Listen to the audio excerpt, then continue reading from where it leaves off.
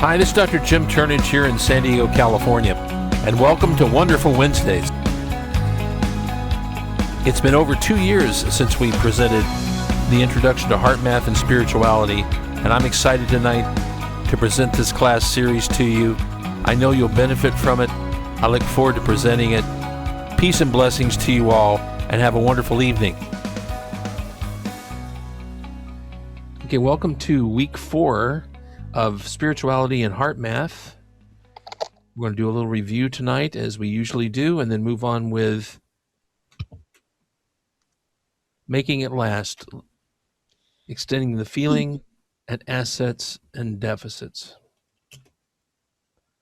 Our friend is back again. Our little box is there. It's got its own thing. With a little review of classes 1, 2, and 3. Mm-hmm. Go over the homework a little bit.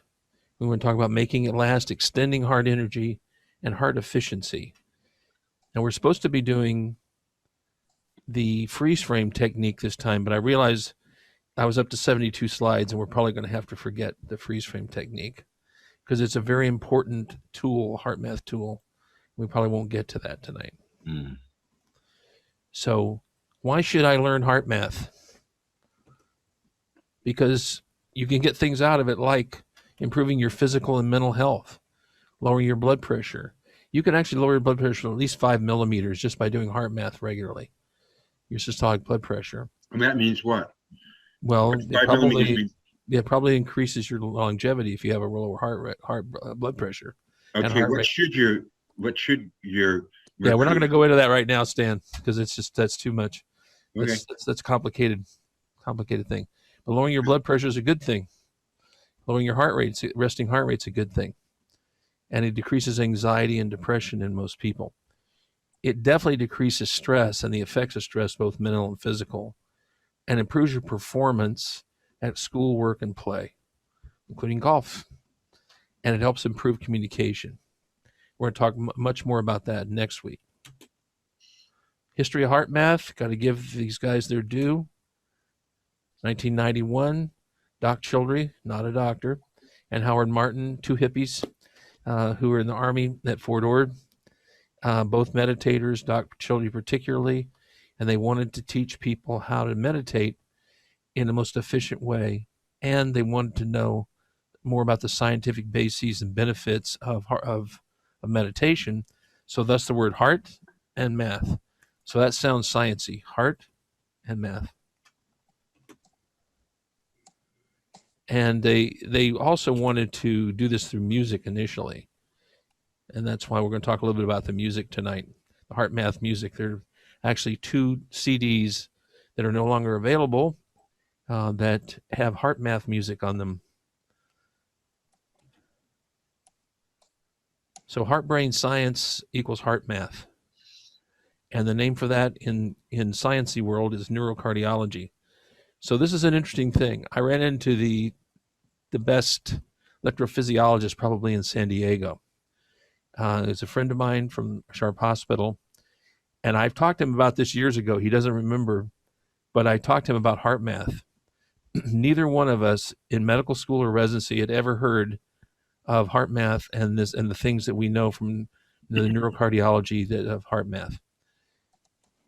It's still interesting to talk to him about it because he's a very smart guy. He went to Harvard. He's very well trained. He's the best. And we were talking about heart rate variability, the neurologic system of the heart. And these are things that neither one of us learned in medical school. The idea that there are 10 times as many nerves per cubic millimeter in the heart muscle as there are in the brain in your head. It's not something that they think about.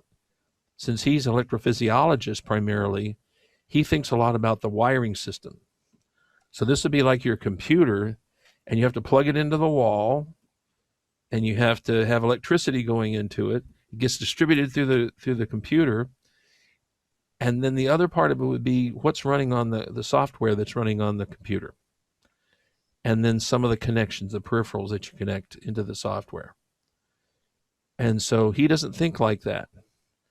And as luck would have it, one of his classmates, when he was in medical school, eventually became an ophthalmologist and contacted him a few weeks ago and started talking to him about HeartMath. Oh, really? Wow. So it was just fortuitous. He was there, and he, as we usually are at Sharp, waiting for things to happen for the next thing, and we had a nice chat about HeartMath. He's a very scientifically oriented guy, and he's pretty skeptical about this, but he's willing to listen to it. We had gave me some ideas. I gave him some ideas about encouraging him to talk to his friend who he respects and find out more about HeartMath. So if you talk to your cardiologist, they're not going to know about this. Once again, and this is not speculative. This is not soft science. This is real science. 10 times as much information comes from your brain, from your heart to your brain, than from your brain to your heart. This little picture, it's hard to see there, but they're shaking hands. The heart and the brain are shaking hands. That's the connection. Gotcha. This connection right here is called the vagus nerve. It's the largest nerve bundle in the body, and it carries lots of traffic, up and down the vagus nerve.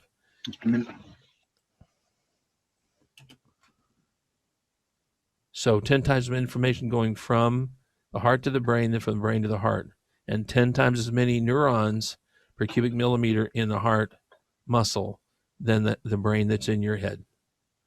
I'm not going to go into the embryology of this, but it's just quite interesting. Nature likes to do things in an efficient manner. And so it would be kind of unusual to have so many neurons located in one place for no good reason. Now we know there's a good reason, because people grab their chest when they're heartbroken, and other things we talked about before. Here he is grabbing his chest. Even with science, we know from the language in all cultures, in all languages, about these heart words. So then we talked about, any questions about that? About any sciencey stuff about the heart? These are important things to know. If you talk to your cardiologist, they will not know about this, and they may think that you're making this up. I would be happy to send them a bibliography of articles about this if they would desire that, so they can learn about this. Because you asked for questions, I have just one, and maybe you could answer it later if it's not appropriate now. But as I understand it, HeartMath has been public since 1991, which is essentially 30 years. But in the last 20 years, say, given the anecdotal evidence and the fact that if you try it, you see results, and there's empirical evidence to back it up, the dog and the boy, for example, why has this not penetrated into the scientific community, the medical community, more than it has? What seems to be the block? Is it something out of Structures of Scientific Revolution? And I think that's actually it. It's since it doesn't seem to make sense, because you don't literally. I remember virtually everything from medical school, a lot of detail from medical school. If this had ever been presented to me in medical school, I graduated in 1990, so it wasn't in the olden days, I would remember it. This was never mentioned. Well, it was 1991 when you said they founded it. I believe that's what you said. But I mean, these ideas about neurocardiology. Yeah. They weren't discovering something that was odd. They were discovering something that every yogi knows, and everyone has known for thousands of years. Yeah. So what is true? Yeah, it's what's the resistance to making it mainstream? Well, I just want to tell why I told the story about talking to this cardiologist. He's a very nice guy. He's very approachable, and he is extremely skeptical of this, even though there's a lot of scientific evidence to support it. Not just my anecdotal evidence of it helps me or helps my patients. He's very skeptical about this. Well, you gave the experience of the anesthesiologist, who I understand are some of the brainiest of your doctors, and he was extremely resistant to it. And then you had him just try it. Okay, what? Give it a try for a week or two or something and see what happens. Right. Well, not even a week or two, Stan. We hooked him up to the monitor. Yeah. And he was able to do this pretty rapidly. He was able to get coherent pretty rapidly. So what would it take to get because you said he's approachable and he's open-minded, what would it take to get your neurocardiologist friend to just look at it personally It's And so that's what I'm saying, Stan. It's so out of the paradigm. You I know, mean, I understand this they notion that think here's what it's saying. Here's how doctors generally think. They think about medicine, surgery, things that cause and effect, direct cause and effect. sure, You try to get them out of their lane in any way, and they're going to be extremely skeptical because they don't want to fall for some hokum. of course, Um, and so there's no just think about this. There's not a lot of you can't. There's no drug that you get out of this. You can't sell somebody a drug. It's very simple to learn how to do. I think you'd agree. It's very easy to learn how to do. sure. It doesn't You get take instant an results. advanced degree to even to learn it or teach it. High school graduate is perfectly capable of teaching this information, and so it doesn't. It's not. It doesn't have the cachet, and it doesn't cost a lot of money. Right. Okay. So to flip it, why hasn't the psychological community just grabbed and run with this as a way of enhancing their therapies? They Whether do, it's Stan. They do. they do. Virtually every meeting I go to, somebody from HeartMath is there and presents at the meeting. So in terms of the psychological community, whether it's psychiatrists or clinical psychologists Right, that are patient or even research psychologists, right. uh, I would think that, man, you got a patient that's hyper and you can get him into a neutral maybe a little bit to work with him. That might be a really good tool, I would think. Yeah, I know. It's just, and it is well known. It's not in the last 20 years that, I've been doing it since, what did I say? 1999, 2000, somewhere in there. Yeah. You Um, you gave it to us in the early 2000s. I think somewhere around yeah, 2004, 2005, yeah. And you were first a presenting it. lot of people know about it, but once again, it's not something that, unless you market this very, very heavily, you're not going to get much attention to this. Okay. If you get Oprah to come out and say, "Oh my God, my whole life is different now that There I'm you doing go. heart math," then it'll pick up. Sure. But since it's not, you can't make a lot of money on it. There are people that earn their living being heart math coaches, but they're also usually earning their living doing something else as well. Gotcha. They're psychologists or life coaches or something else.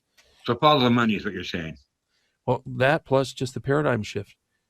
When people are extremely scientifically oriented, but they're in a narrow lane of science, I mean, when you first, they're unlikely to pick up something that deviates from that. I mean, I'm a pretty, I don't think that I fall for everything that's out there or whatever. When you first presented this, I understood that the breathing into your heart of love and appreciation was wasn't literally breathing air into your heart. I understood it as reorienting your consciousness towards something other than where you're at the moment in order to get a benefit from it. And Yeah. Let me just so give you you another basically, example. So I talked to the cardiologist a day about the electromagnetic fields that are around your heart, and okay. this is not speculative. Mm-hmm. You can easily measure these fields out to a meter Mm-hmm. with ordinary magnetometry. Mm-hmm. You can measure these fields very easily. It's holographic. In other words, everywhere you measure in the field, the same waveforms, the Gotcha. same shape of waveforms and complexity of That's waveforms. interesting. Yeah. When you get coherent in one part of the field in the torus, the field around your heart, Mm-hmm. it looks exactly the same as every place else in the field around your heart. This Mm. is not speculative. When I talked about that, he almost rolled his eyes because this is not something that's useful to them. Knowing about the electromagnetic fields around the heart or the brain is not useful to them because they're thinking about wiring and they're thinking about chemicals, neurotransmitters, in a very narrow lane. And so if all of a sudden he could correct somebody's cardiac dysrhythmias with 10 weeks of practice of heart math, maybe he would get interested, but also that would cut him out of a lot of income. So this is Stan, it's just a tough thing. Okay. It's like, when you find anything that's new, it's going to be difficult to get people to adopt it. When the guy that came up with the idea that H. pylori, the bacteria, causes ulcers, Mm-hmm. he was mocked by the scientific community. Ulcers are not caused by stress. They're not caused by diet. They're caused by bacteria primarily, and the H. pylori bacteria. He discovered this accidentally. No one believed him. They made fun of him. he decided to do an experiment on himself to show that it was true. He had one of his colleagues scope him, which showed he had no ulcers and no bacteria growing. Then they scoped him and infected him with H. pylori bacteria. He developed symptoms of ulcers. They scoped him again. He had an ulcer and bacteria growing. So then he treated himself with anti-acid medicines and antibiotics, and the symptoms went away. They scoped him again, and the ulcer was gone, and the bacteria was gone. Wow, what a And the answer from the scientific community was bad science because you experimented on yourself. sure. It's anecdotal in a sense, Because but he couldn't get money to do research. I think the pharmaceutical companies would jump all over it because here's an opportunity to sell acids and antibiotics. Yeah, There's no money in that business. but you can use cheap antibiotics and cheap antacids to do it. Okay, yeah, there you go. Yeah, so there is money in it now, but not that much money. But at the time, this is revolutionary. He got the Nobel Prize. He and his partner got the Nobel Prize. So they did get something out of this. Okay, Yeah. So even though this is an obvious thing now, nobody could practice medicine right now without knowing that H. pylori causes ulcers. Mm-hmm. You would be mocked because you didn't know that, and you weren't if you're a gastroenterologist and you weren't looking for that, they'd probably take your board certification away from you. So that's what I'm saying is these ideas don't change easily. And this HeartMath stuff, that's why more and more of us have to know about it, practice it, encourage people to do it at any level, even just doing neutral, just learning neutral.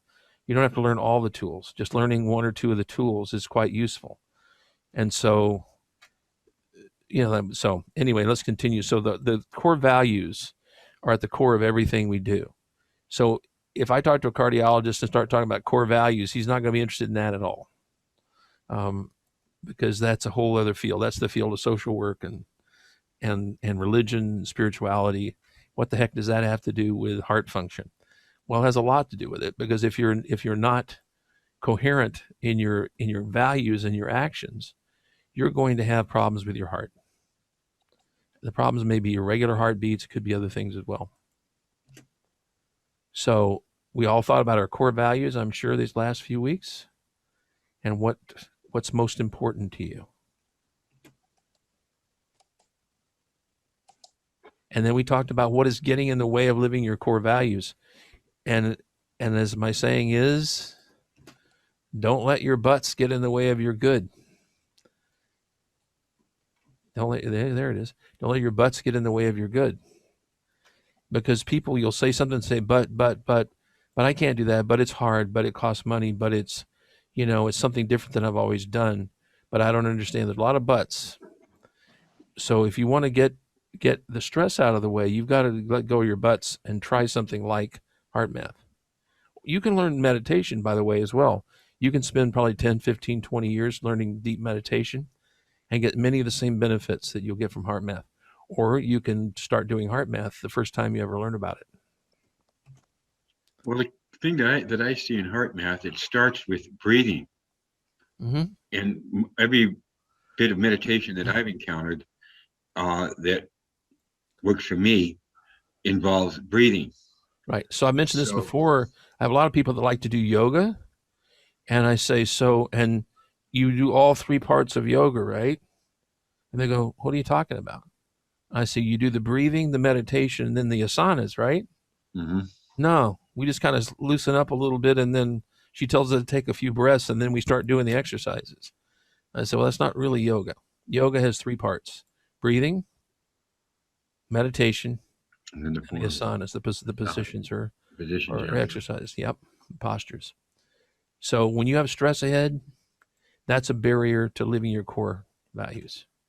So you need to identify the stresses in your life. Some people say, I'm not stressed, but they shut down, they emotionally shut down or mentally shut down when they're experiencing life stress. And that's when you do neutral. Neutral is very important because it stops the damage of stress and produces this sense of poise, which is not in the HeartMath literature. I call it poise. It's a form of balance. Poise means that you're ready. It doesn't mean you're vegged out, that you're lying on the couch and, in la la land. It means that you're actually ready to take the action that's necessary given the situation you're in. Your heart, your brain, your blood pressure are ready to take action if need be. So what are the steps of neutral? Very simple. Heart focus, the actual muscle of your heart, which is just to the left of center up at the top, and heart breathing into the heart muscle itself. And the book says, let the air come out through your solar plexus. I think you'll probably let the air come out wherever it comes out. If you feel it coming out through your solar plexus, great. If you feel it's coming out through your crown, great. Most of us feel like it's coming somewhere around the solar plexus. So, and then last week we talked about the physiology of performance. You can probably see this would induce stress. And it will set off the fight or flight response. You're not going to be experiencing a lot of the parasympathetic nervous system, the peaceful nervous system in this situation. For instance, you're not going to need to digest your food. You're not going to need to find a girlfriend and have sex. You're not going to need any of that. You're going to need to survive, which means that your sympathetic nervous system is going to be fired up, and it's going to override your parasympathetic nervous system, peaceful nervous system. Over time, though, and through technique, we learn to adapt to stress. And we don't have time to go into all the adaptations. That's a little kitty crying right there. We don't really have time to go into all the things like general adaptation to stress. But over time, our bodies and our minds will adapt to stress. And sometimes we have positive adaptation, and sometimes we have negative adaptation to stress. Negative adaptation to stress would be stuff like developing heart disease, developing psychosis, insomnia, difficulty communicating. Nice kitty. Does everybody see the tiger in about the tiger down in Houston? Oh yes. That Beautiful. Tiger it's the equivalent of a 4 or 5 year old. Yeah. So when you see the tiger, it's a big old tiger, but it's the equivalent of like a 4 or 5 year old in tiger years. And so in human years, tiger years into human years. And so when they were playing with him, they would say, "Oh, look, they're playing with a tiger. You're playing with a 4-year-old." That poor little kitty, wandering around trying to find where his people are and where his lunch is. He seemed to be a very loving animal. The way they were. He's a 5-year-old. He's not a a 20-year-old out hunting for you. Yeah, but also he's a 5-year-old that could erupt in a temper tantrum or anything else. They're dangerous animals. You got to be careful. Yeah. So we talked about the way emotional memories are important for us. So we develop these emotional memories in the limbic system, and if we develop an emotional memory when you're young, something bad happens to you then, or something threatening happens to you then, it gets locked into the limbic system. And so when something currently happens that reminds you of that, it sets off the emotional memory, which sets off the entire reaction that you had when you first laid down the memory. Everybody who has post-traumatic stress disorder knows about this. That's why they have flashbacks, like why you have all this hyper reactivity, and hypervigilance. If you scan people's brains who were emotionally abused, physically abused, sexually abused, and you scan their brains and you show pictures to them very, very quickly of something that reminds them of that or threatening, even though they can't consciously recognize the picture, when you do the brain scan, it will show the nerves firing off, those memories firing off in the brain. So this is one of the things that HeartMath can benefit, is to balance out these systems, because it's not appropriate to be running away from a little puppy when you're an adult. But if you have a memory of you're a little child, and a dog bit you, that might be enough to set you off. Set that emotional memory off, which will set your limbic system off, which will set your fight or flight response off. So remember that there are two parts of the autonomic nervous system: the sympathetic part and the parasympathetic part. P stands for peace. Peace, yeah. That's how you remember. P stands for peace. The sympathetic is the fight or flight response. The adrenaline or norepinephrine is the neurotransmitter associated with that. And so if people say he had an adrenaline rush, he was experiencing, in other words, a sympathetic reaction to something. It's the accelerator. It makes things go faster and harder and contract. The low effort system, the parasympathetic nervous system, the peaceful system, is associated with relaxation. The neurotransmitter is acetylcholine, and it acts like a brake. If you take your heart out of your chest and lay it on the table, it'll beat at 100 times a minute. That's its natural rate. But because it's hooked up to the vagus nerve, the parasympathetic nervous system will slow the heart rate down to 80. That's what it does. So if you stimulate the heart beyond 100, it's a natural thing. It'll go even higher and higher. So you scare the heart, you give it adrenaline, it'll go much faster. If you add some parasympathetic tone in there, parasympathetic input in there, it'll slow the heart rate down. Now you don't want the heart rate too slow, and you don't want it too fast. You want it balanced. You want to be coherent and have it balanced. And deep breathing can help lower the heart rate. Deep breathing actually evokes. That's part of the reason HeartMath works. There are receptors in your neck and receptors in your chest. So when you do the breathing, it stretches these receptors. They're called J receptors in the covering around your lungs. Mm-hmm. And when you stretch those receptors by taking that deep breath when dropping your diaphragm, it causes an automatic response to lower your heart rate and lower your blood pressure. It's part of the HeartMath reaction. That's why it works for you, even if you don't believe in it, because it's a physiologic response. Just out of curiosity, kitties, because they're mammals, do they also have parasympathetic pathways? And like if they're purring with pleasure, is that what's going on? Do we know? I don't know. I'm not a vet. I don't know about that stuff, but I know all mammals have parasympathetic and sympathetic nervous systems, Okay, and some things that are not mammals, like invertebrates, have at least have some systems similar to that. So it's parallel. It may not exactly equate. But it's probably I don't know exactly, but because I don't know my cat anatomy that well. I used to know it, but in general, I can tell you that it's going to be almost exactly the same.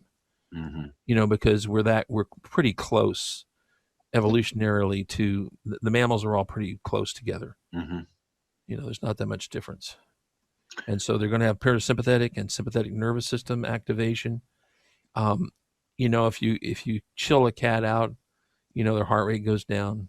Blood pressure goes personally, recently, because I've been doing it, have anecdotal personal evidence that when I employ HeartMath technology to calm down my kitties, they respond like the boy and the dog.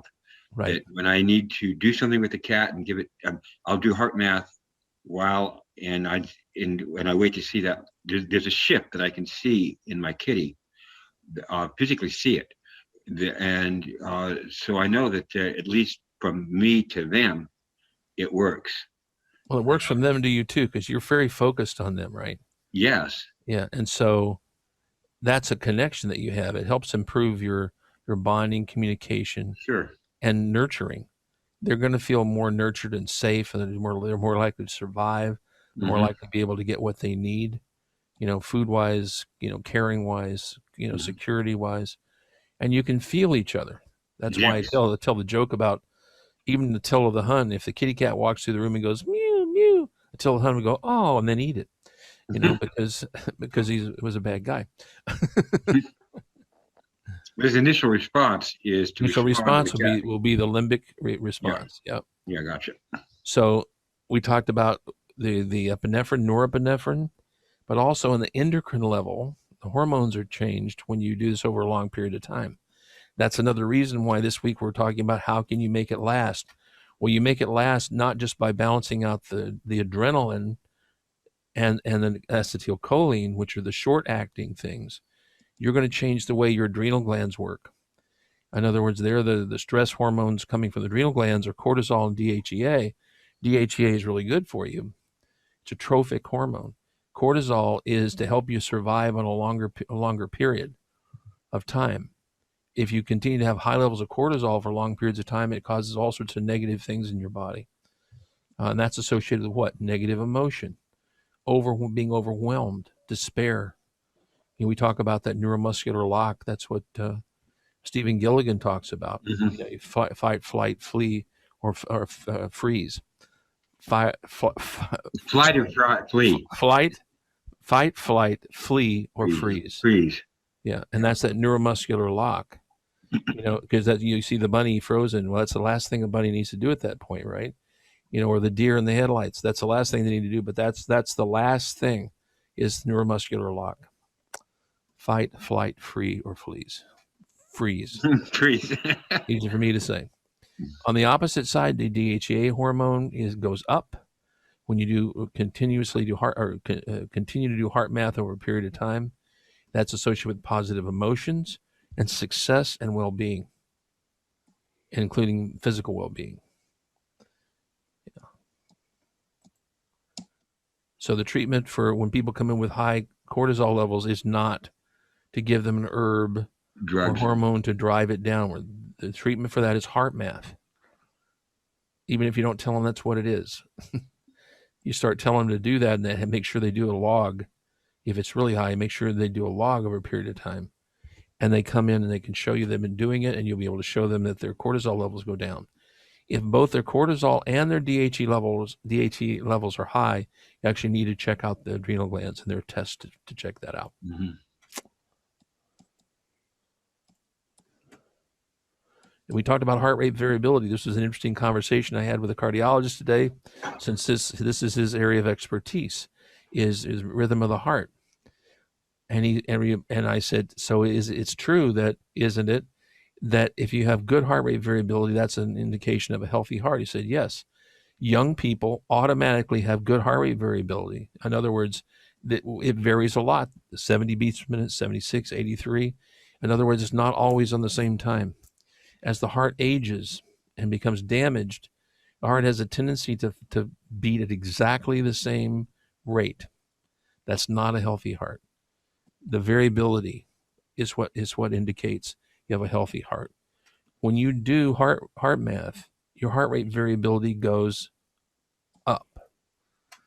Like a young, healthy heart. Is there a range of variability? Yeah, there is. If all of a sudden you're not having a heartbeat, that's pretty slow. Yeah. Yeah.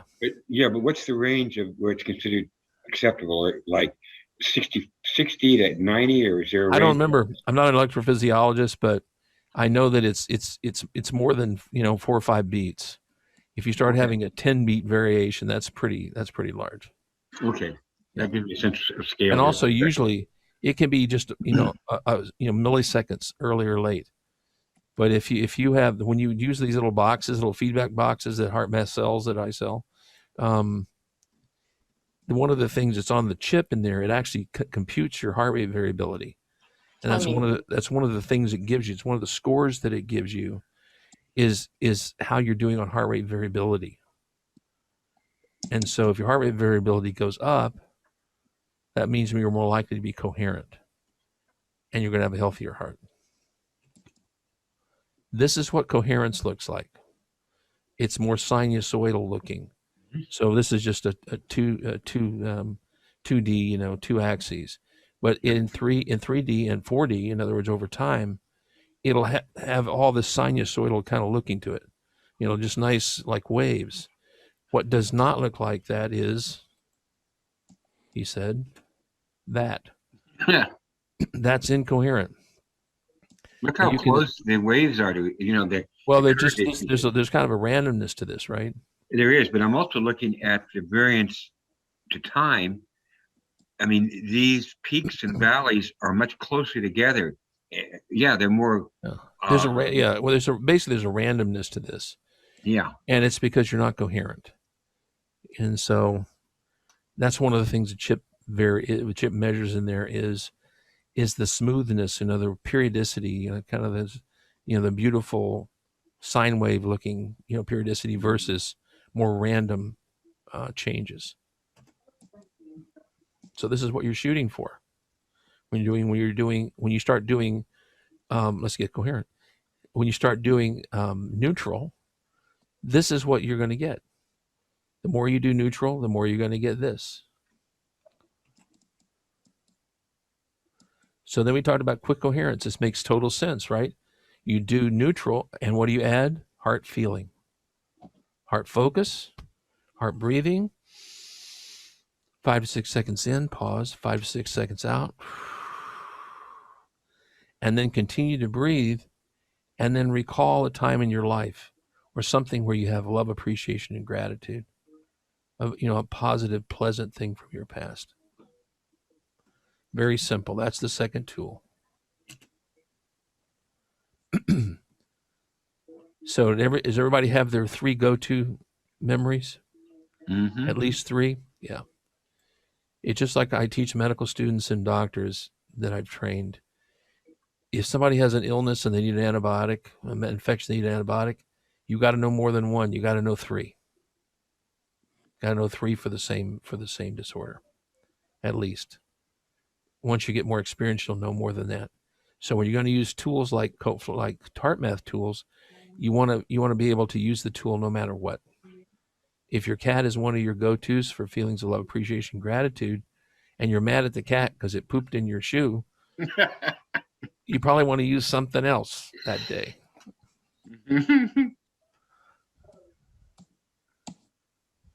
What are the best times? Anytime. But morning and evening, this is the answer to the test. It's actually in the homework too. What are the best times? Morning, evening, but anytime. Anytime when you feel stressed, overwhelmed, that's a wonderful time to do quick coherence. Isn't that cool too? Because it actually dovetails with the suspension bridge we're building in our meditation with a morning and evening, right? Setting our day that way. And I always use HeartMath before I do any meditation anyway, so yeah. It works. So I think it's important to, like you say, but you need to be ready to do it anytime. Sure. If I feel I'm going to have something stressful coming up, I do it right before the activity. So any questions about the stuff for the first 3 weeks? Thank you. Yeah, this stuff is basic. It's important.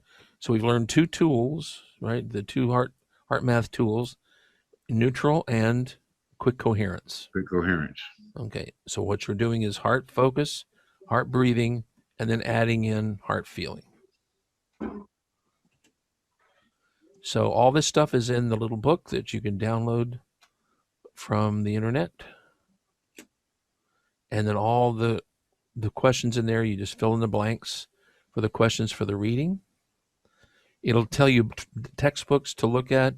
If you want to get them, that's great. I can get you copies of them if you want to buy those if you don't already have them.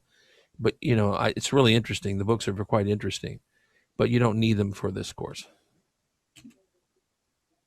So how many of you did quick coherence this week? Anybody do quick coherence? Yeah, Stan did it. Anybody else? Yes. Good. How did it go? What did you discover? Marion, what did you discover when you did quick coherence? That it wasn't as challenging as I thought it was. Yeah. It's natural, right? It's a normal thing. It's Correct. a normal thing. And when you do it with intention, you're going to have feelings of love, appreciation, and gratitude, unconditional love. When you make that an intention with the breathing, wonderful things start happening. You start actually healing your life and your body, your mind when you do that. Anybody else have experiences? Anybody have negative experience doing quick coherence? Yeah. I would tell you that last week coming into the meeting, I had spent 2 days completely out of integrity, and I give myself an F. Flat ass F. You're a hard grader. Well, no, I'm not, because I wasn't doing HeartMath, and my life condition was spinning out of control, and I was in a perpetual state of rage where I'd wake up in the morning and I was angry, and this went on for a couple of days. And then the class reminded me of the tool that I'd had for years in my toolbox. So I started doing it. And immediately what I would get. I would say like almost I would spend 5 minutes doing heart math, and I felt myself calmer, more centered, uh, more optimistic actually, Hmm. as rather than raging about my situation. I was beginning to think about uh, how to deal in a proactive, positive way about it. And rather than feeling a victim, I was feeling more in control of my own life. And I was getting control of my own life uh, and not being out of control. I didn't hurt anybody. I didn't hurt any. I mean, I did. I was just what I'm saying. What I went through internally, whatever. And I've been doing this all week long up to right now. And it's frankly, it's a lifesaver. Uh, Yeah. And Stan, I was gonna talk about this tool later in 2 classes from now, but this is we've actually covered this years ago. But there's a thing called notice and ease, mhm. and it's actually first aid for Okay. stressful situations like you're experiencing. Yeah. It's immediate first aid. It's called notice and ease, Hmm. and it's very simple. All you do is notice that you could change the situation. Do several heart math breaths, 2, 3, 4, 5 heart math breaths, and then you take the breath in. On the exhale, you go ease. I I remember mean, this. I mean out loud. You can. It's okay to sound crazy. Sure. You take the breath in, Ease. ease, I think those back years. I remember this. and you'll notice it stops the problem immediately. Immediately. You may have to repeat it. You may want to go ahead and do heart lock in or quick or freeze frame or quick coherence. Hmm. But when you are experiencing an emergency like that, Hmm. it's notice and ease. Notice I could change this. Breathe, heart math Hmm. breathing, 2, 3, 4, 5 breaths. Last breath, out breath, ease. Out loud, not in your head, out loud. Out loud. Make the calls. Yeah.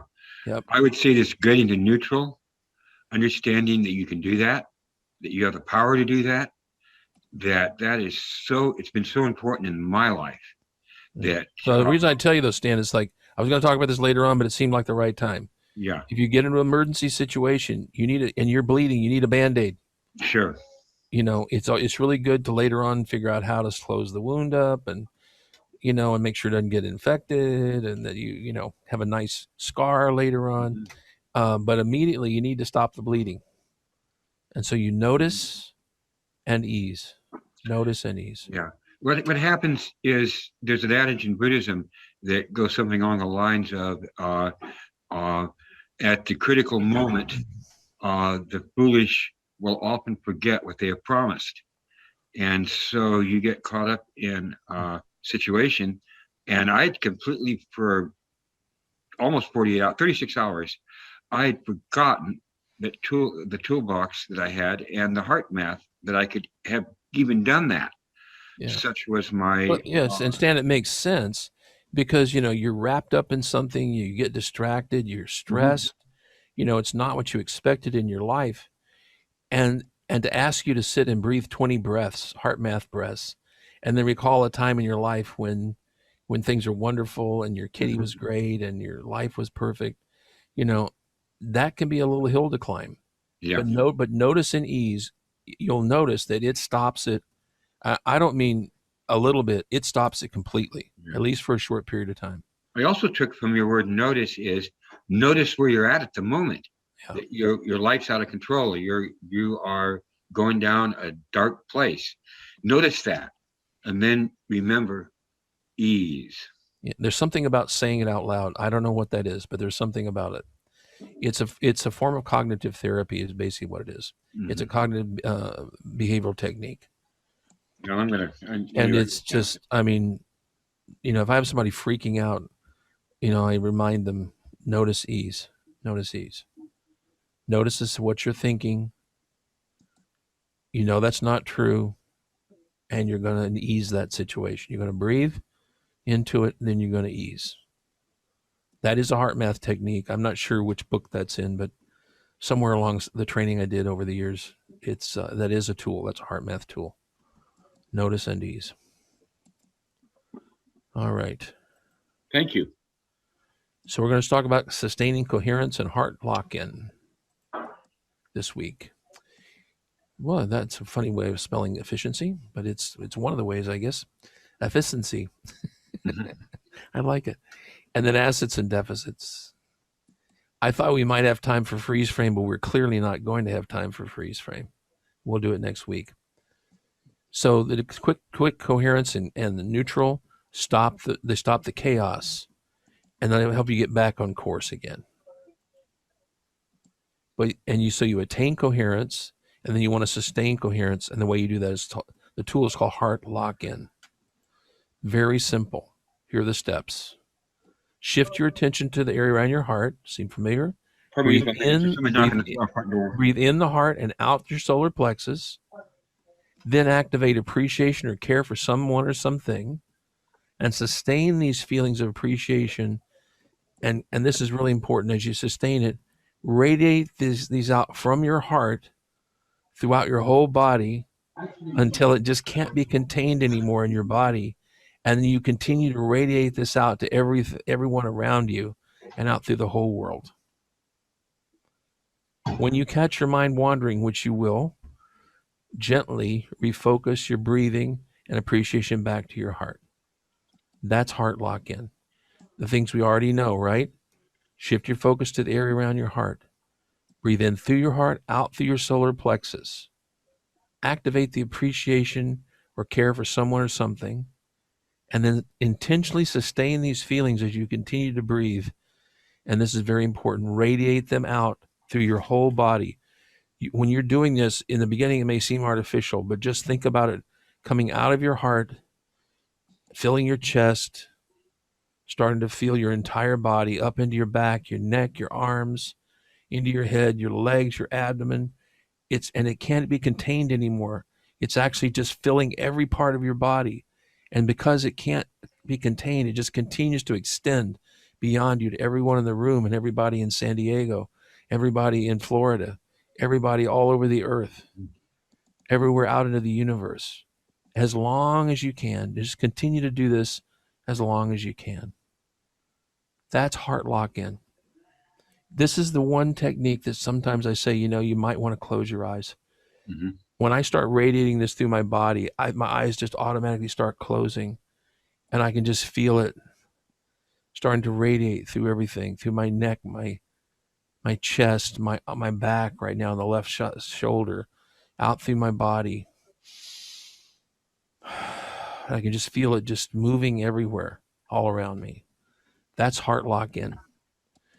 When you do this, not only do you start healing your heart, but we believe this starts healing everything. I don't mean just you. It starts healing everything. It starts healing all of those around you. It starts healing the entire world. That's heart lock-in. So what you're saying is the first 3 steps are basically getting doing HeartMath, and at step 3 you're focused on appreciation or love and appreciation, like for your cat, or one of the 3 things you mentioned. But then we move that from that particular focus outward to, as we move through our family and our work and our whatever, all the way out to the world, and do this. So and sustain it as long as you can. Okay. To reiterate, the heart lock-in steps are: shift your attention to the area around your heart. Right. Breathe in through your heart, out through your solar plexus, and activate appreciation or care for someone or something. Those are the first steps. We all know those steps. Right. And then activate this appreciation or care for someone else. Well, that's me. I like these. These are redwoods. I like them. Oh, yeah. Yeah. And then what are you going to do? You're going to sustain these feelings. You're going to intentionally sustain these feelings of appreciation and love, and radiate them throughout your whole body and to everyone around you as far as they can go. And you refocus your breathing. If you get distracted, which you do, because this is like meditation, right? Mm-hmm. You'll get distracted. just gently, and the word gently is in the instruction, gently refocus back to your breathing and appreciation, So go and back then to first step continue one. and So continue so and basically, continue. when you get to 5, when you find yourself wondering, go back to step 1, 2, and 3, and then initiate step 4. Right. And it says in the book to sustain feelings of appreciation as long as you can. If you have an hour, do it an hour. If you have 5 minutes, do it for 5 minutes. Do whatever you have to do to help yourself and those around you. And I guarantee you, if you do this, you're going to help people around you. They're going to feel it. They're going to experience it. This cushions you from ensuing stresses because it starts healing your life. It starts healing your body and your mind. And it puts you in a wonderful place because these feelings of love, appreciation, and gratitude are being shared through non-verbal means. People can feel this. Your kitty can feel it. Yes, she's This here is right something now. that oh, the music is off. So you might recognize this music.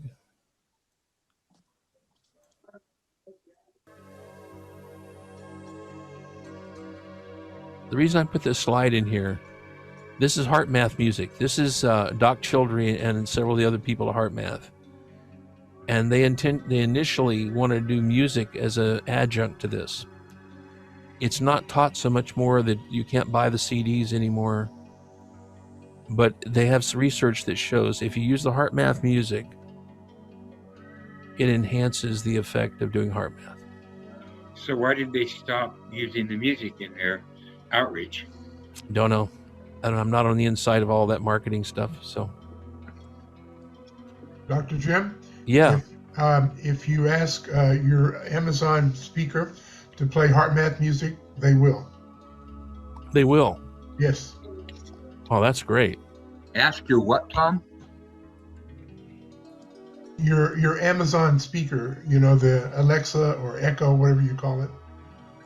Oh, You have one of no, those I don't. things? I don't have one. I'm sorry. Oh, okay. Well, most Yeah. of us do these days. Well, So that's great. I didn't know that. So that's even. I'll make sure I remind everybody about that. It's So I just put a little blurb in there, just a little quick excerpt from HeartMath music. Mm-hmm. And I can't really. It would violate. I mean, it's a big deal copyright violation if I were to copy it and give that to you. Mm-hmm. So I'll probably get busted for that. So we're not going to do that. So what do we achieve by doing all this? HeartMath helps achieve your most energy efficient state. You achieve balance. You're not like meditation sometimes when I do it to get high. I like doing meditation sometimes because I get high doing it. And I think I gain insight into things, but this is not what you're doing. You're actually achieving a state of balance between your sympathetic nervous system, your parasympathetic nervous system, your cortisol levels, your DHEA. You're achieving a balanced state in the universe. And poise. And I call that poise. And why do that? Well, let's say they teach to people in business and in the military. And they do it. One of the teaching point or the selling points is you can improve your efficiency when you do HeartMath. Why? Because coherence is the lowest energy state. And the lowest energy state means that you're getting the most out of your efforts. Have you noticed as you do more and more HeartMath what happens to your activities of the day? Does anybody notice that? For me, things slow down. Yeah, Things seem to move at a proper pace. I mean, but rather than being hurly-gurly, helter-skelter, frenetic. struggling to keep up, Yeah, instead, it's like I'm driving a car comfortably at a comfortable speed right, with clear, right. a clear lane. And we know this actually because there's a division, the corporate division for HeartMath, and they teach this to hospital staffs and military and schools and things like that. And one of the exercises in the homework is to look at your assets and deficits during the past week. And one of the questions they ask is, when you experienced deficits, in other words, you had positive things occurring and you had deficits occurring, negative things occurring, which one of those was more likely to be related to your core values? Just asking, not judging, just asking. Which one was more likely to be, these deficits are more likely to be in keeping or coherent with your core values, your assets, deficits.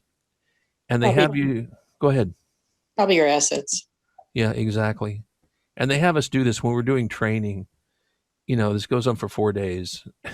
And, you do the homework, and you do a more extensive version of this homework. And then you, as groups, you sit around and discuss, what was going on when you lost it, when you got mad in traffic, what was going on? Is that in keeping with your core values? Is that, what could you do about that? How could you, what else could you do instead? Or you're going to school and, you're not living up to your potential and blah, blah, blah. What could you do about that? Well, what did you notice?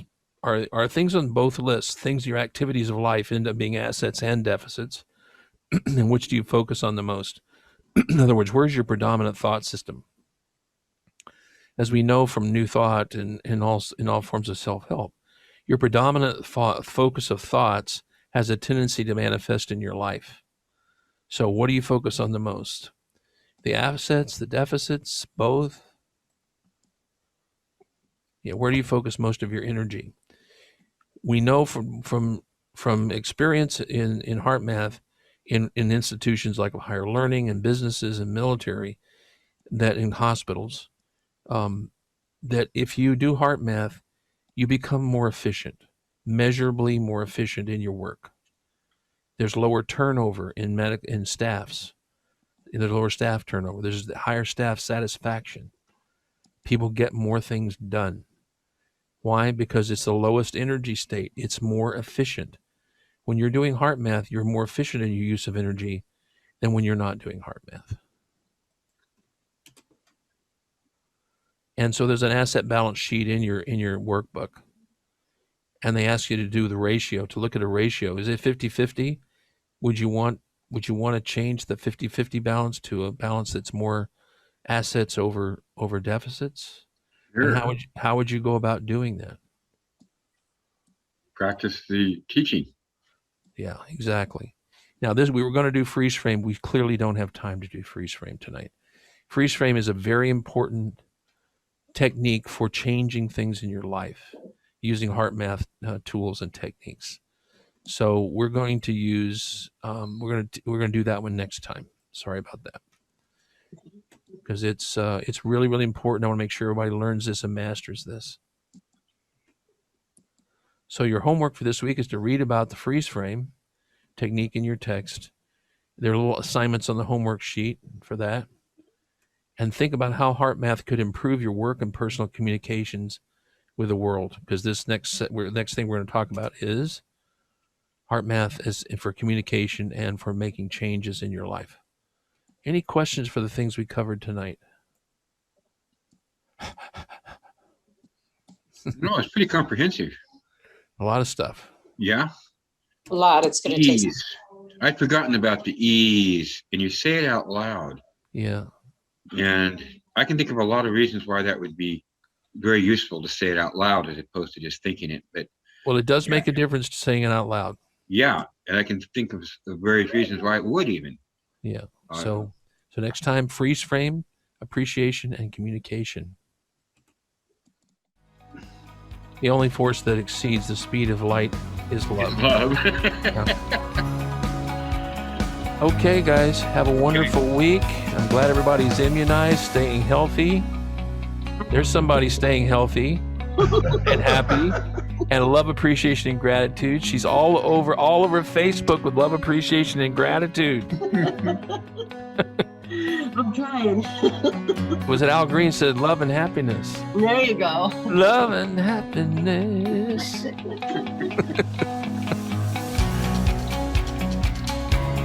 Once again, thank you for being with us here at Open at the Top International Spiritual Center, a covenanted community of the Centers for Spiritual Living. We're here every Wednesday night at 7 p.m. Next week will be part 3 of HeartMath and Spirituality. We look forward to seeing you here. If you'd like to contact me, please send me an email at drjim, T-R-J-I-M, at drjimturnage.com, drjimturnage.com, and have a wonderful week.